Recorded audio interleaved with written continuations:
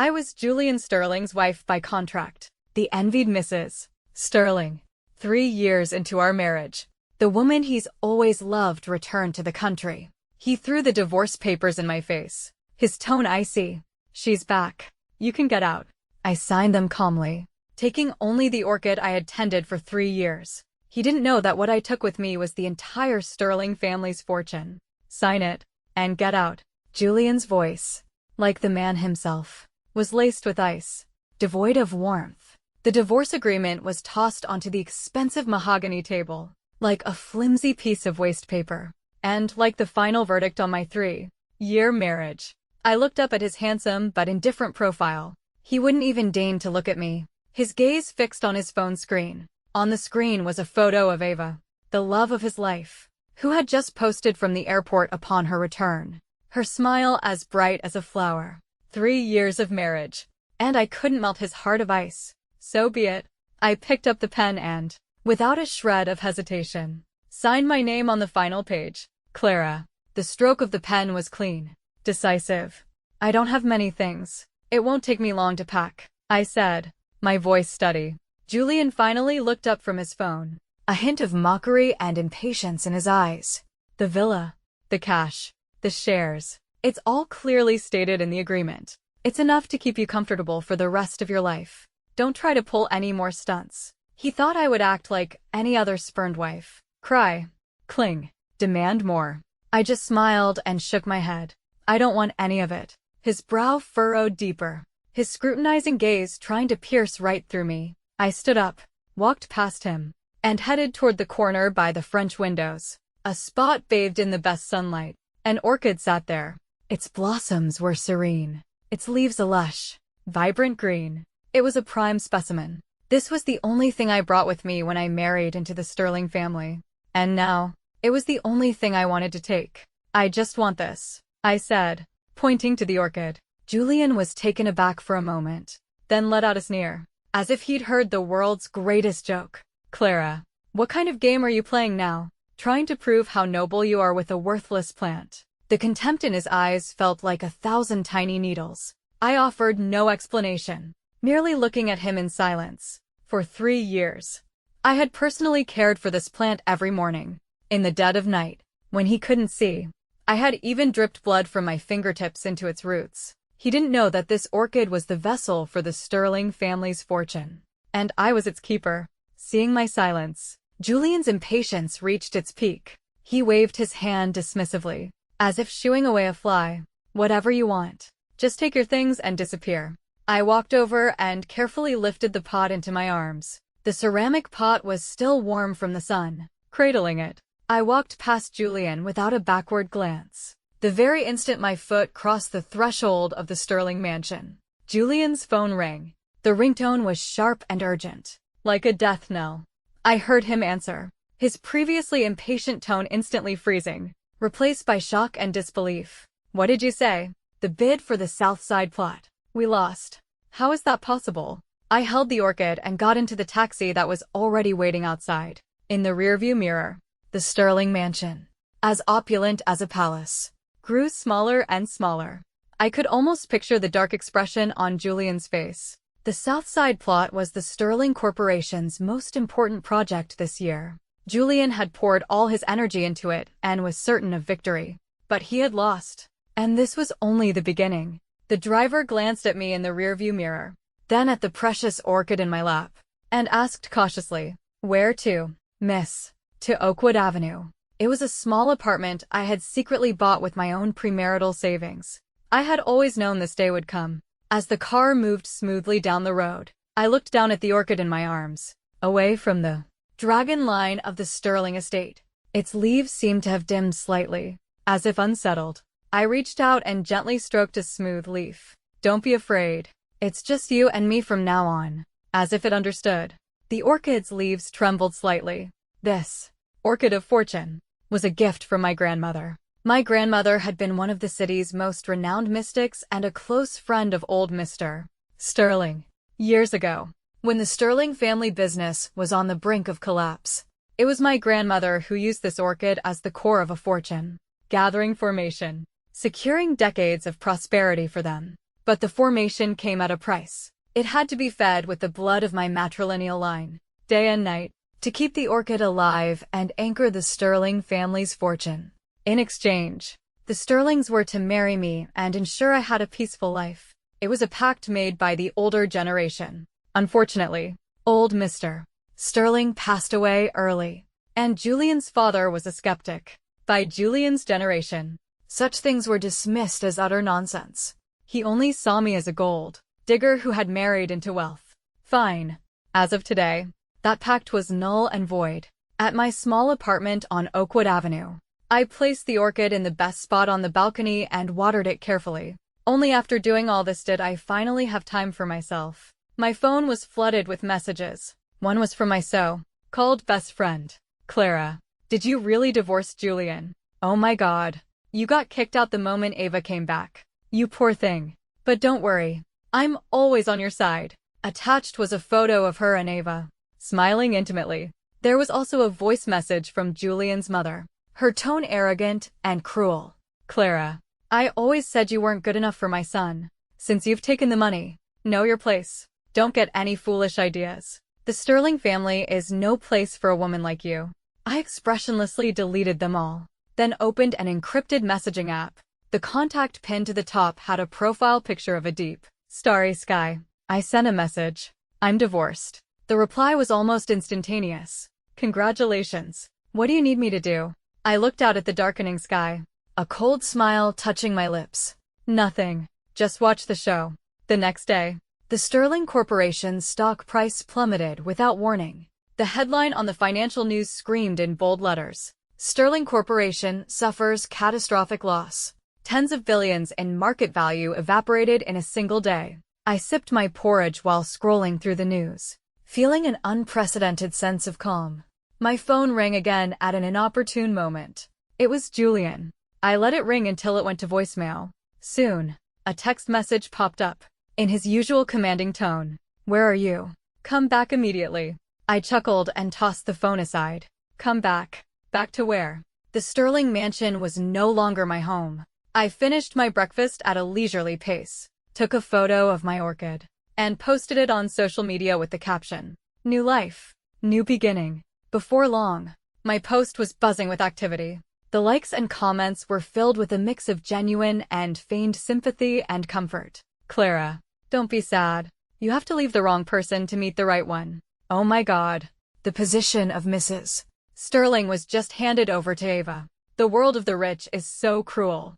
Clara, you still have the nerve to post. How does it feel to be kicked out of your home? That last one was from Ava, using a burner account. Before I could reply, an unexpected person liked the post. Liam, the head of the night group and Julian's biggest rival in business. Rumor had it that Liam and Julian had a personal feud, and the two were constantly at each other's throats. I had only seen him at a few business galas. We weren't even acquaintances. Why would he suddenly like my post? As I was wondering, a message from Liam came through. Miss Clara, do you have time for a cup of tea? I looked at the message, then at the vibrant orchid on my balcony, and suddenly understood. A smart man always smells an opportunity first. I replied, all right.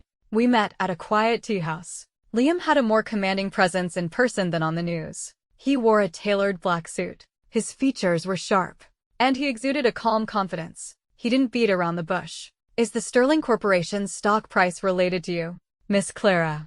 I lifted my teacup, blew on the floating leaves, and gave a non-committal response. Why would you say that, Mr. Liam? A hunch, Liam said, his eyes fixed on me. The Sterling Corporation's recent streak of bad luck is too strange, and it all began the day you left the Sterling family. He paused, his tone certain. You took something from them. I was slightly taken aback. I never thought he would guess that much. You must be joking, Mr. Liam, I said, putting down my cup, ready to end the conversation. Mysticism is only real for those who believe. I had no intention of using it as a bargaining chip. I'm not joking, Liam said, leaning forward slightly and lowering his voice. I just want to make a deal with you. You help me, and I'll help you. Anything Julian couldn't give you, I can.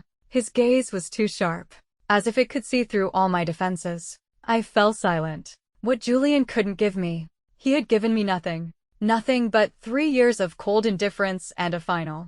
Get out. I don't need it, I said, standing up. I'm sorry, Mr. Liam. I have other things to attend to. As I walked out of the tea house, the sunlight was a bit harsh. I didn't reject Liam out of nobility. It was because, to deal with Julian, I didn't need anyone's help. I just had to wait quietly and watch the tower he had built crumble, inch by inch. Over the next few days, bad news for the Sterling Corporation came one after another. First, a major overseas client of 10 years suddenly terminated their contract and immediately signed with Knight Group. Next, a financial scandal erupted within the company. A key executive was taken in for questioning, causing widespread panic in the market. Julian was overwhelmed. I heard he had been living at the office for days, and his beloved Ava seemed to have sensed the crisis.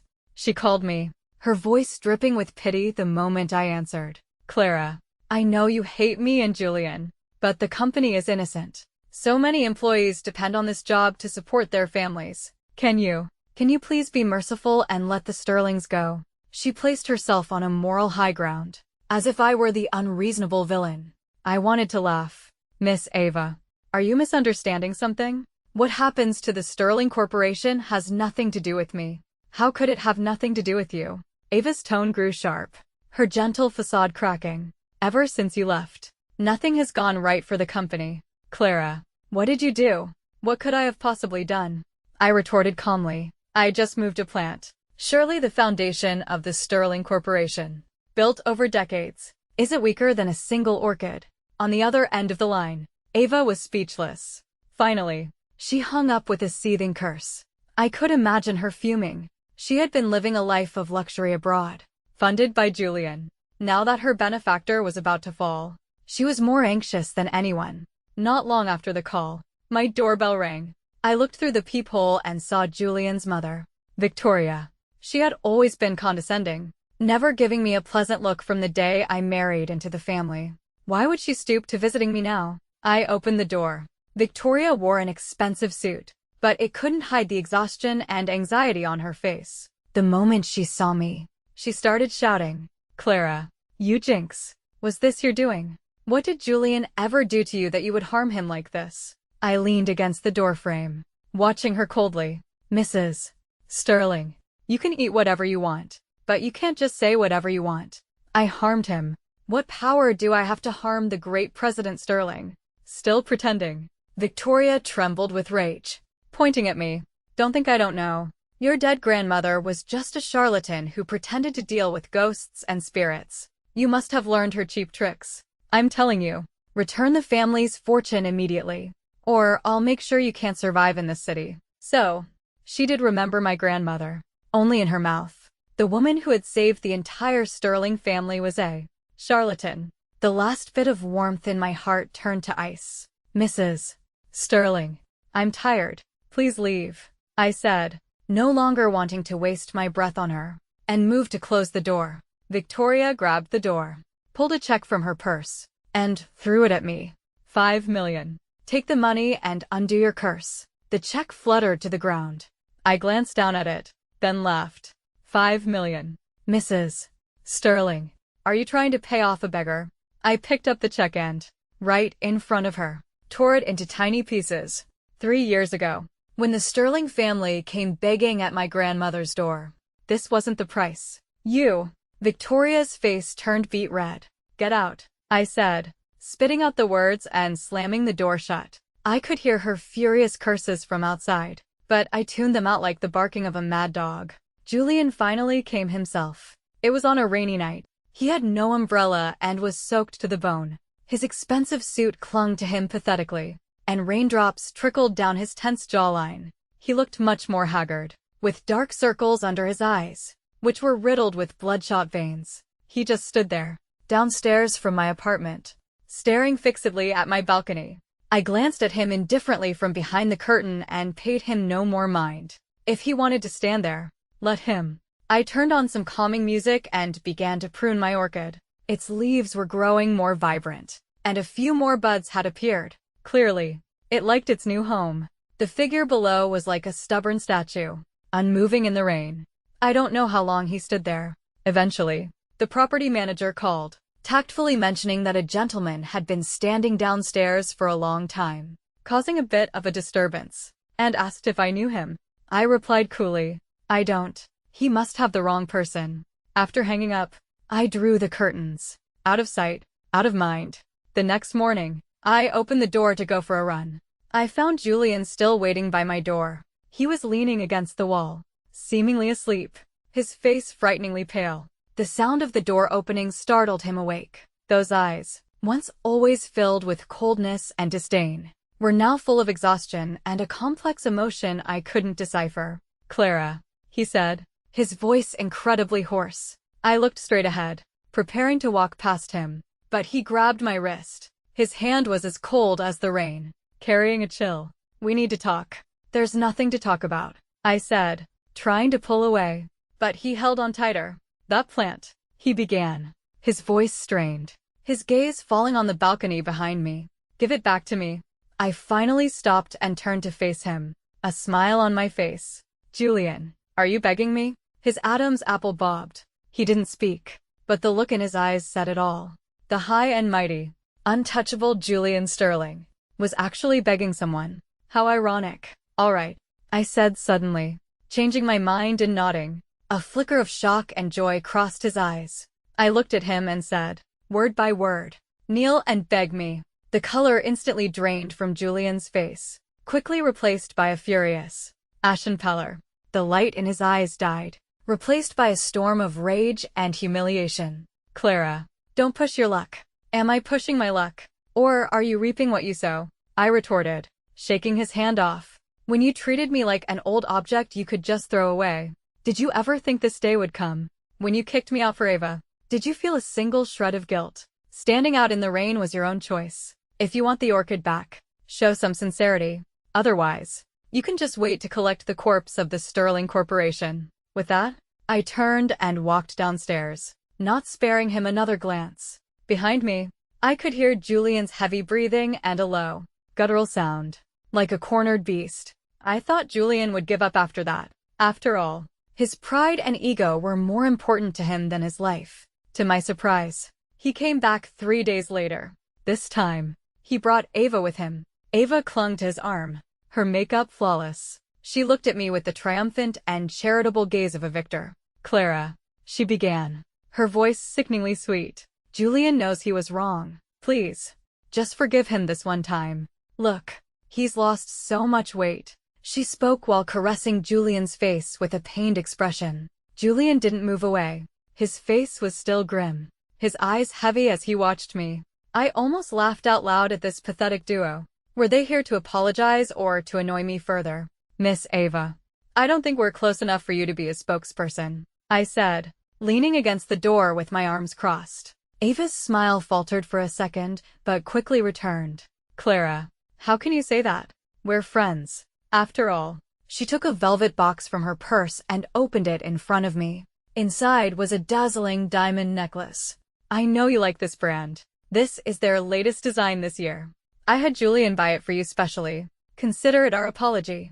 She emphasized the word, apology, as if it were some great act of grace. I looked at the necklace, then at Julian. He remained silent, letting Ava put on her show. This was his sincerity. Letting the woman he loved use his money to buy off his ex-wife. How absurd. How laughable. Take your things, I said, my voice turning cold. I find them filthy. Ava's expression finally cracked. She looked at Julian, her voice pleading. Julian. Julian finally moved. He stepped forward, took the jewelry box from Ava's hand, and shoved it into mine. Clara, stop making a scene, he said, his tone one of weary compromise. Take the necklace. Give me back the plant. Let's just end this. He still didn't get it. He thought everything I was doing was for money, for revenge, to make him bow his head. He had no idea what I was truly protecting. I looked at him and suddenly felt that it was all meaningless. I threw the jewelry box to the ground with all my might. The diamond necklace fell out, clattering against the floor and breaking into several pieces. Julian, I said, staring into his shocked eyes. I'll say this one last time. If you want the orchid, kneel and beg me. Otherwise, get out. The air was deathly silent. Ava gasped, looking at me in disbelief. Julian's fists were clenched so tightly at his sides that his knuckles cracked. Veins bulged on the back of his hands. He stared at me, his eyes burning with a look that could have devoured me whole. After a long moment, he squeezed out a few words through his teeth. Clara, you'll regret this. Then he grabbed Ava and turned to leave. Watching their retreating backs, I knew that the final negotiation had failed. Julian's retaliation came swiftly.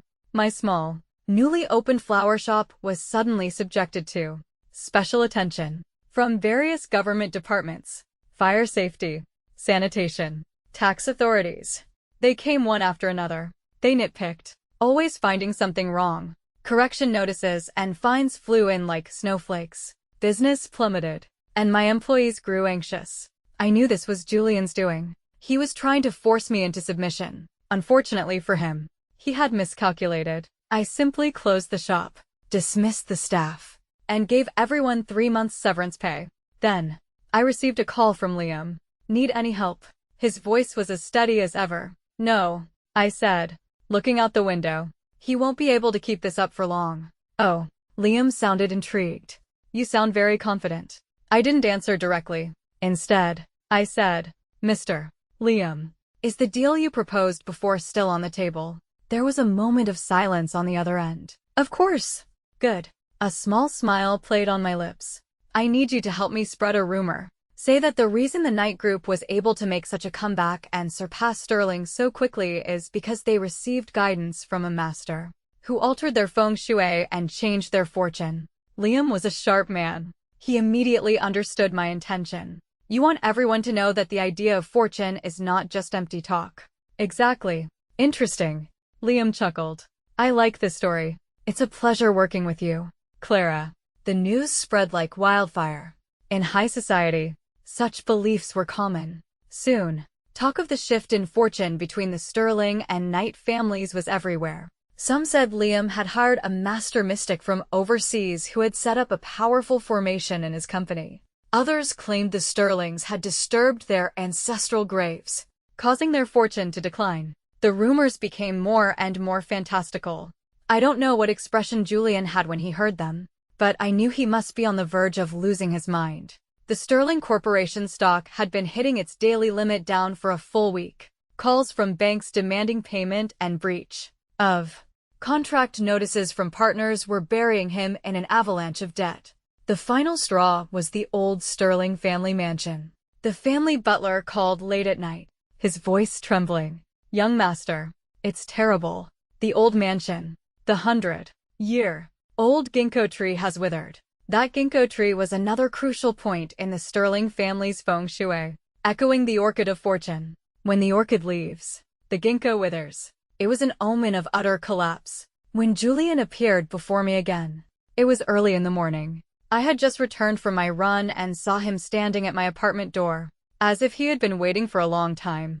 In just a few days, he had lost so much weight he looked gaunt. His eyes were sunken. A bluish stubble covered his chin, and his designer suit was wrinkled and disheveled. The confident air he once carried was completely gone. He saw me. His lips moved, but no sound came out. Those eyes, once as sharp as a hawk's, were now filled with nothing but gray defeat and bloodshot veins. I ignored him and walked to my door to enter the code.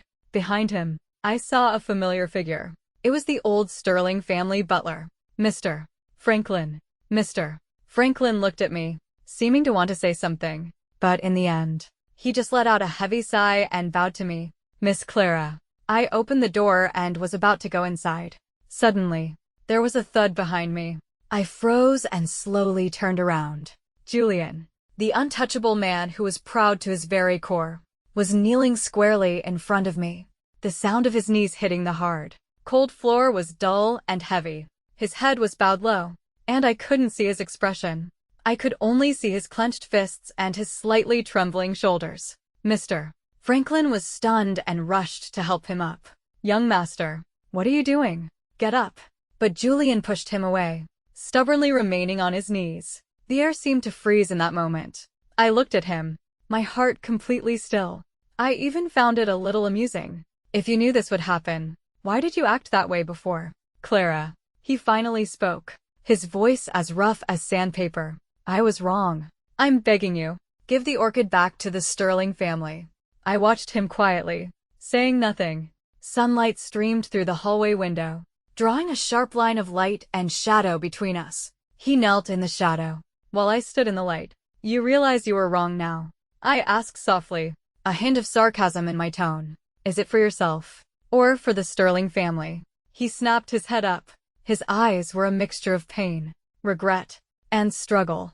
For the family, and for myself. I regret it. Clara. Regret. What a cheap word. Where was he when I was desperately trying to maintain our loveless marriage? Where was he when I was cutting my finger with a blade late at night, feeding the orchid with my blood? Where was he when his mother humiliated me and his precious Ava provoked me? Now that he had lost everything, he came running to me, talking about regret.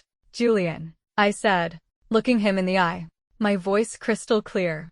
It's too late. There's no medicine for regret in this world. Don't expect me to piece back together what you shattered with your own hands. I will not give you back the orchid. It now answers to my name. With that, I turned away from his pale face, walked into my apartment, and closed the door. From outside, I thought I heard a suppressed, animalistic whimper. So what? It had nothing to do with me anymore. I thought that would be the end of it. Julian had knelt, his dignity shattered. The Sterling family was on the verge of collapse, its fate sealed. My revenge was complete. But I never expected Ava to be so insane. That afternoon, I was reading in my apartment when the doorbell began to ring incessantly.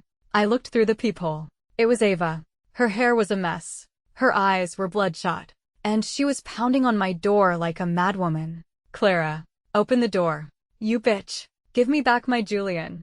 I frowned and ignored her. She continued to scream and curse outside, her words vile and unbearable. Neighbors started opening their doors to see what was happening. I put on my headphones and went back to my book. About half an hour later, it suddenly became quiet outside. I thought she had left. The moment I took off my headphones, I smelled a strong, burning odor.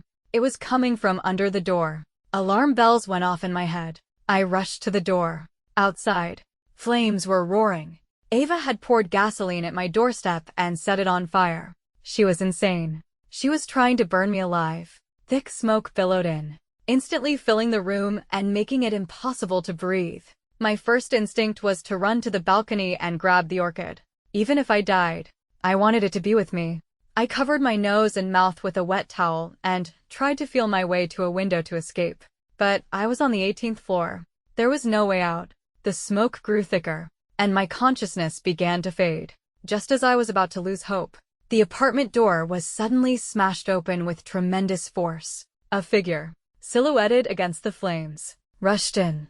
It was Julian. His face and clothes were covered in soot, and a few strands of his hair were singed. He looked utterly disheveled. He rushed in, and his eyes immediately fell on the orchid in my arms. Only then did his gaze shift to me. Clara, he shouted, snatching the orchid from my arms. Without a second glance at me, he turned and tried to run back out. In that moment, my heart turned to ash. So, he hadn't rushed into the fire to save me. He was only after the orchid that could save his family's fortune.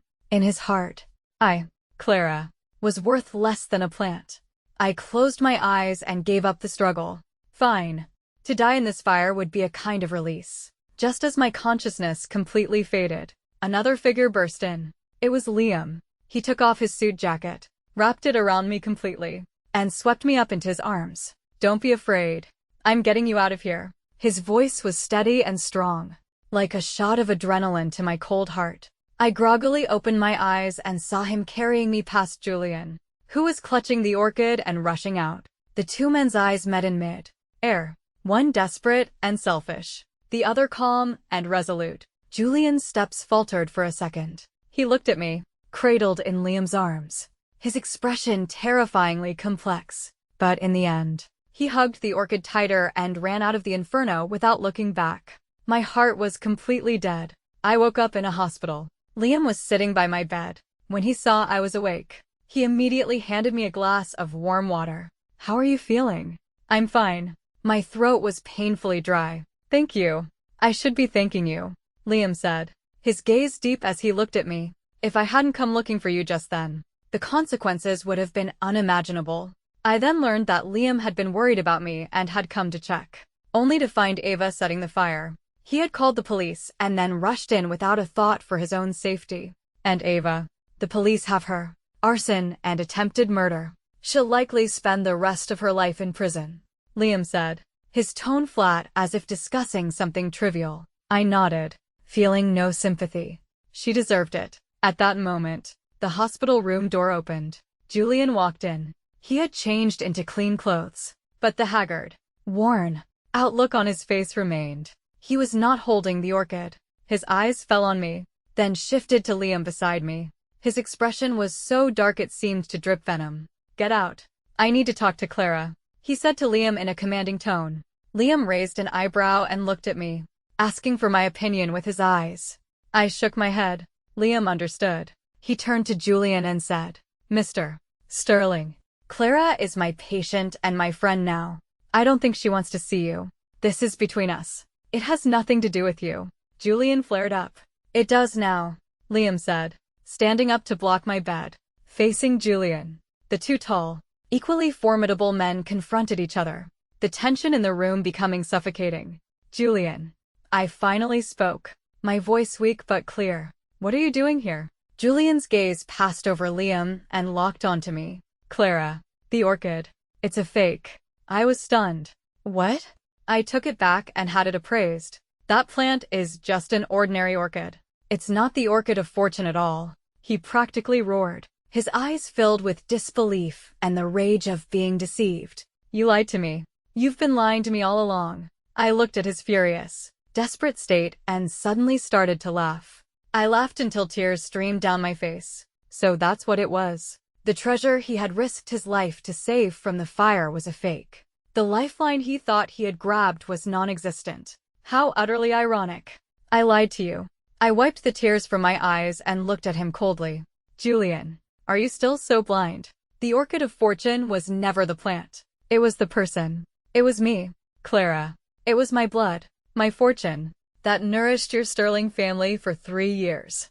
The person you threw out wasn't your wife. It was the last hope for the Sterling family. Julian looked as if he had been struck by lightning. He froze, the color draining from his face, leaving it a deathly white. He stared at me in disbelief, his lips trembling, unable to form a single word. No, that's impossible, believe it or not. I closed my eyes, unwilling to look at his broken face any longer. Now, please get out. I don't want to see you again. Liam gave a nod to the bodyguards at the door. They immediately stepped forward and escorted the dazed and broken Julian out of the room. The room was finally quiet again. Julian completely fell apart. The day the Sterling Corporation declared bankruptcy, a heavy snow fell on the city. I stood by my apartment window, looking out at the white landscape. On the balcony, the orchid had, at some point, quietly bloomed again. Serene, elegant. It wasn't some orchid of fortune. It was just an ordinary orchid my grandmother had left me. The so-called fortune. The so-called formation. I made it all up. I was an ordinary person. How could I have the power to defy fate and change fortunes?